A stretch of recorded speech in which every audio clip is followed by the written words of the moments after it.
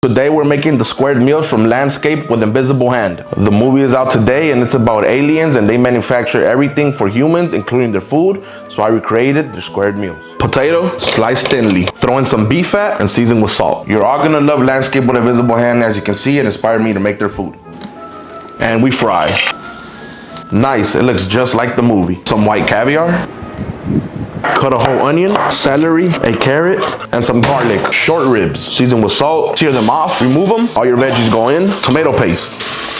Red wine, short ribs go back in. Beef broth, thyme and bay leaf, and simmer until cooked. Mashed potatoes.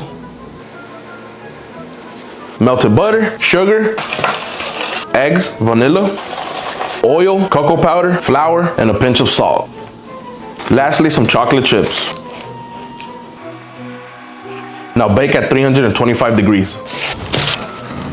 Top it off with some homemade cookies and cream ice cream. This is the starter, the entree, and the dessert.